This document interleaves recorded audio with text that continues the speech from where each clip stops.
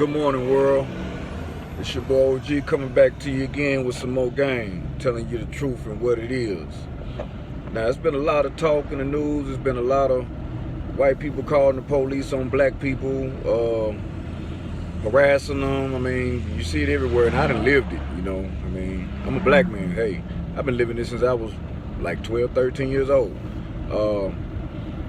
But the reason they do that is because a lot of white people think that they're deputized. Right, they think they're deputized. They got in their head that this is their country and they're gonna do what they gotta do to protect it. If they see something wrong, they believe in who you think came up with Crime Stoppers and all that. If you see anything suspicious, call the police. Yeah. A lot of white people make citizens arrests. You know what I'm saying? It's just in their head that they're deputized. You know? Just observing on how people act and the actions they make, there's number two type of people that call the police. And that's black women and white people. That's it. Black men very rarely call the police. That's why we're always on the villain end. We're never on the victim end.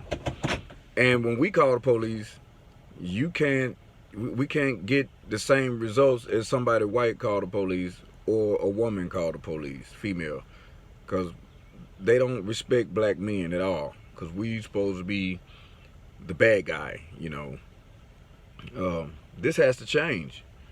You know, like saying, I was reading a post the other day on Facebook where they was like, white people be in black neighborhoods all the time, which they do.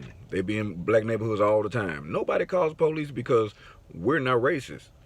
Black people cannot be racist. If I see a white person in the neighborhood, in the hood, I'm not gonna call the police. What for? I mean, he either handling some business, maybe a contractor.